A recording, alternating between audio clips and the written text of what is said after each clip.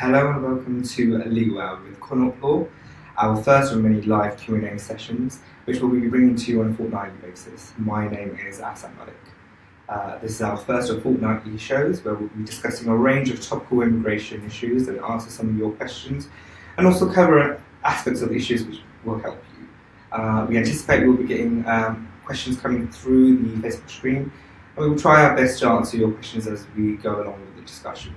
If we do not cover any points you want to hear about in today's topic, please do follow us on our social media and website, and do email us at the email address that you see at the bottom of the screen, and send us any of your questions or concerns after the show. So with me today I have Sharia Khan, who is the Head of Immigration Department at Connaughts. We are also joined by Awais Javed, a leading immigration solicitor with the firm as well. Welcome.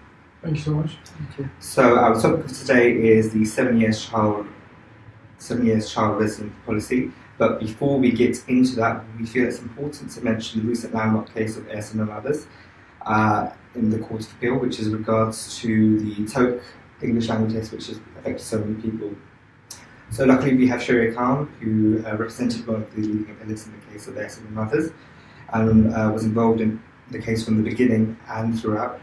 So, as you were involved with the case, I think you're the best person to give a good crux as to what the case is about. Well, the latest news I suppose I wanted to endorse and inform the applicants of was that the Home Office had appealed against its decision. So, although it was a landmark case and we were very happy about winning the case, the Home Office appealed it to the Supreme Court. So, the good news is they've recently, just a couple of days back, withdrawn their appeal.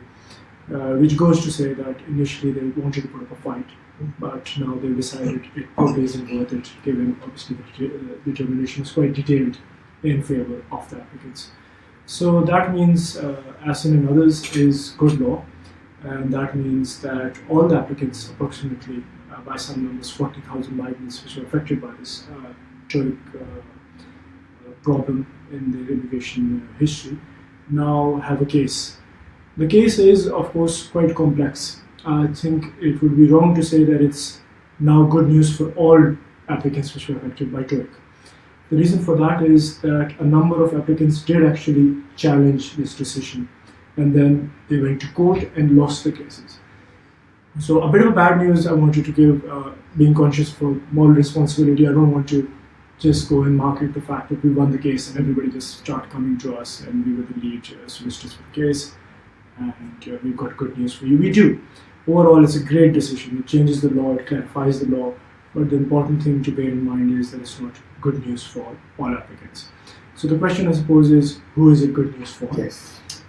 Now, fundamentally, the first, I suppose, number of cases that we could say are the cases where the Home Office, early in the morning, late at night, just conducted a lot of raids, arrested migrants on the basis of having relied on this test and removed them straight away. So absolutely no day in court, no challenge whatsoever, they were removed straight away. Now this is a great win for those applicants because they never had a day in court, simply put. So the allegation of deception was never established. They were not given an opportunity to challenge that decision, or they were not given an opportunity to present their human rights, which always, even today, presents a right of appeal. So that is the first batch of cases for who this is great news, that if you were affected, if you were removed, if you did not get an opportunity to lodge an appeal or a judicial review, then you definitely have a case to make. What that case should be, of course, then that gets complex, and I suppose any good solicitor should be approached. And specific to each individual. Yes, specific to each and every individual. Then there are a lot of applicants who lodge judicial reviews. Yes. Now those judicial reviews, we again, as you said, those decisions have to be reviewed. We can't simply say that because you lost that judicial review, that decision was wrong, let's lodge another judicial review. There is a danger that could be dismissed as being without merit, and that's both dangerous for the solicitors as well as for the applicants, because they could face cost claims. So again, any good solicitors, they should approach any good solicitors, and the decision itself needs to be reviewed. If that case was simply refused on the basis that the out of country appeal mechanism is lawful, he should go back, then yes, they again have a case to make. They need to make representations to the Home Office or review their cases, depending on where the case is in the system. But there are cases where the judge actually went on to analyze the evidence, because in cases applicants have given their witness statements, in some cases the applicants have given evidence to support that we did conduct or take the test genuinely, there was no proxy. Yeah. But the judge has actually given a judicial finding based on the evidence saying, no, you're incorrect in saying that. So then there is no good news for those applicants because there's been a decision against them. Of course, that said, their human rights have still not been considered as how the appeal mechanism has been since 2014. So they should also, again, see good solicitors and see if they have a case to make, but not necessarily directly connected to this case. Okay. And then, of course, there were those applicants, whether it's smart or otherwise, who decided to lodge an appeal although there was no in-country right of appeal. What happened is that the first year tribunal, now this is another interesting area of law, what I should advise all applicants is that if you get a decision that says no right of appeal, don't simply just think that because the Home Office says I don't have a right of appeal, they're right. Mm-hmm. Obviously, they're saying a lot of other things. They're saying you've been deceptive, or they're saying you don't have human rights which need to be respected.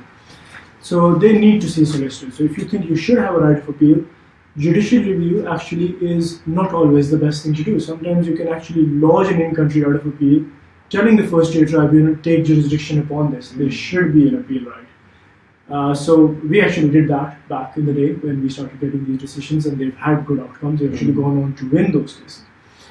So that's again something applicants need to do, that if they use that first year tribunal route to say take jurisdiction, the first year tribunal said no, we can't take jurisdiction, again they should see solicitors, they should again make either an appeal or representations to the Home Office, they should pursue it. Yeah. So yeah, it's a great case, it was a great win. It took a very, very long time since the BBC Panorama video was released and the Home Office started reporting first, and you had this whole regime of appeal later. So it was a great win, and I was very happy about that, but I didn't want to really start speaking about it until the decision was final, until the Supreme Court had decided upon it, and or as we know now, they've withdrawn the case. So we've discussed people who have left the country or been removed from the country and haven't really exercised an out-country appeal. Those people also need to come forward, from people who have had judicial reviews but refused. What about the people who have judicial reviews still pending, maybe within the Court of Appeal or in High Court, etc.? Well, what can they do? What has been happening in some of those cases, I've got cases like those, they've been stayed behind the outcome of this case. Yeah. So what either the Secretary of State did or what we did in some cases, we said, look, the law in this area is slightly unclear, because what the Home Office ironically always wants to do is that if they win a case, they say this is good law, it doesn't matter if the applicants are appealing, they start implementing it. But what they started doing in the case of Essen, when we started approaching them to say, now this is what the Court of Appeal has decided, and you should be reviewing the cases, they said, no, hold on, we're appealing or we're implementing the policy. So they're trying to buy time, but I think that time has come to an end. They've decided they're not going to appeal, so they need to come up with a policy. And to answer your question, if those cases have not been stayed behind this case of Essen or the final conclusion of Essen, then their solicitors should be now amending the grounds to the Court of Appeal, or if it's a judicial review, amending the grounds for judicial review. And in light of Essen, asking for an in-country right of appeal. Okay. All right, so we've summarised on that in regards to that recent case. Now moving on to the topic at hand, which will be the 7 years child residence policy. So Awais Javed is going to shed some light on on that topic, and those who may be confused as to what the topic is, and also just some background knowledge as to what it is really. So please. Well, basically this policy was introduced as part of the immigration laws in 2012, I think 9th of July 2012. In a nutshell, if your child has lived in the UK for 7 years and is under the age of 18, then application can be made to the Home Office to obtain leave to remain. Generally, leave is granted for 2.5 years, and it's considered to be under the 10 years route towards indefinite leave to remain. If child gets the leave, parents actually can apply with the child, or after child gets the leave, and parents will get similar sort of a leave as well. Does the child need to be born in the UK? No, not necessarily. No. As long as child has lived here for 7 years in Yeah. the UK and under the age of 18, Mhm. application can be made. In fact, in many of the cases where child is, let's say, age 13, 14 and Yeah. lived here for 7 years but not born in the UK, Mhm. these cases are to be considered as much stronger cases because child has established a more stronger private life in the UK. So it doesn't necessarily have to be born in the UK. no. Okay, what about children who have maybe breaks in between their 7 years? Is that something that's an issue or something that you see commonly? You mean not lived here for 7 years? Not necessarily lived here for 7 years, but maybe was born here, maybe have had a break in between their 7 years. Yes, I mean, there are two or three scenarios in this aspect. If child is born in the UK but left the UK Yeah, and came back and spent 7 years after that, yeah, still under the age of 18, then still It's falls fine. under the Yeah. category what we call as a qualifying child. Mm. But if child has lived, is born in the UK or left the UK and came back, altogether child is 7 years plus but not lived in the UK for 7 years, Mm. then obviously matter will be decided on case-to-case basis. Child doesn't necessarily have to be a qualified child Mhm. to apply on discretionary basis under human rights Mhm. grounds. But if child has lived there for continuous 7 years, obviously is in a much better, stronger position. Mhm. And what about those who have children who have not been here for 7 years, maybe only a couple of months away or still got time to clock up? How can they still follow this route? Well, it depends on how much time is remaining for them to become a qualified child. When I say qualified child, I mean lived here continuously for 7 years, still under the age of 18. If there are, let's say, a couple of months remaining, Yeah. it may be a good idea for them to start preparing for the application because it takes time, it really takes time. And obviously it's a human rights claim, so our position as practitioners, and of course Sharia is a leading expert in this field, can shed more light on it, is that human rights claims should be decided on the facts at the date of the decision and not at the time of the Yeah. application. So even if application is made, let's say prematurely, Mm. 2-3 months before child qualifies, Mm. but if the decision is taken after child has become or has lived here for 7 years in the UK, then still decision maker has to consider this policy Yeah. and consider child as a qualifying child. Mm. In my opinion, maybe Sharia can add. Yes, I mean, Yeah. just to summarize that, it is not the end of the world if your child has not turned 7 years old. So if you've got a child who's 5 years old approaching their GCSEs and you're worried about that he can't secure admission in schools, what's going to happen? I need to wait another 2 years. No, that's not the case. What's happened since 2012 is that the human rights, as they may be, have been codified as per the Home Office into Appendix FM. So that's where they say that the immigration rule requires the child to be 7 years old.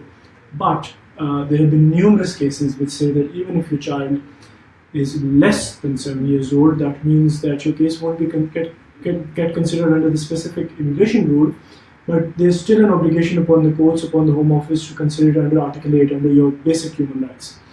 Which in simple words means that if you could still make an application where your child is not 7 years old and you could still succeed and get the same leave which someone would get if you have actually completed 7 years old. What type of evidence is kind of required then, really, would you say, for these type of applications? Maybe not specifically, but generally. Well, in these type of cases, obviously it's fact sensitive, so it depends on case to case basis. But what I would generally advise to my clients is that think outside the box. Just don't provide evidence which everyone else provides. So evidence that child goes to school, maybe goes to swimming, etc. It's all good. Yeah. But in addition to that evidence, we need something very specific to that child. Maybe an evidence from a professional. It could be, for example, a psychiatrist formulating a report after assessing the child in terms of what type of effect it will have upon the child to go and relocate in a country child has probably never been to, country of their parents' origin, or a social worker's report, for example, that is specific to that case, particular to that case, and obviously it's something that is from an expert, so it carries a lot more weight than these generic evidences which more or less everyone provides. So other than generic evidence which everyone provides, I think a lot of specific evidence is required from school, from experts, etc. Okay. And then let's just come back to the point that you mentioned about how parents could apply as well on that basis. So how long will it take for them to obtain permanent residency in the UK, and what route do they need to follow, etc. Just expand on that, because obviously if the child is going to apply, well, it depends. I mean, if let's say if parents did not have a visa to begin with, then once they get the visa, they have to obviously they will get this under a 10 years policy, so they have to stay in the UK for 10 years, obviously continuous 10 years stay. If they already had a visa previously before they made this application, then any legal stay they already spent in the UK, provided they fulfill all the requirements, will be counted towards their 10 years long residence leave to remain, and they can apply for indefinite leave to remain after they finish legal 10 years stay in the UK. Okay, and a lot of people obviously confuse the 7 years policy with the 10 years residency policy. Do you want to differentiate? So you've got the 10 years in terms of indefinite leave to remain with the other 10 years?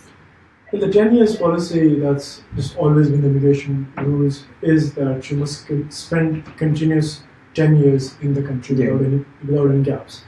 Which today the immigration rules do permit, the policy guidelines do permit short gaps of 14 days, which can be overlooked back in the day it used to be 28 days. So as long as you completed 10 years in the country, then it doesn't matter whether that leave was under human rights. Some people think that, okay, we stayed here 7 years on a tier 4 student visa, or 6 years, and then we got leave under the human rights category, and the human rights category does not count towards 10 years. That's incorrect. I actually had a client yesterday who was told by a number of solicitors that any time spent in the UK as a family member of an EEA national doesn't count towards 10 years, which is again incorrect. So the long and short of the 10-year rule is, as long as you've been in the country for 10 years legally, it doesn't matter what route you are on. So that's that route. And to coming back to your question, when someone who's an overstay who doesn't have any visa and they get visa on the 10-year route, that means from that point where they get the visa, they need to complete another 10 years before they can apply for indefinite. Okay, all right. Is there anything else that you wish to add in regards to the same? Maybe expand with anything? Maybe your last question. Did you mean 10 years residence time spent by a child who's born in the UK as well, or is it just? I think it was the 10 years policy. Well, I'll add that as well. I mean, if a child is born in the UK and lived there for 10 years, then that child can apply for naturalization, registration directly. It doesn't have to apply for a visa first. Can apply for naturalization, so can obtain citizenship through that route as well. Okay, so that's what I was asking. Okay, great. All right, so great. I hope that's been helpful to the viewers, and unfortunately we couldn't answer all your questions, but hopefully we've just kind of summarised in terms of what you wanted to hear. Do like our page and visit our website. You want to drop us any kind of questions, do email us on the email address that you see below. I've got on the screen. And thank you very much. Thank you.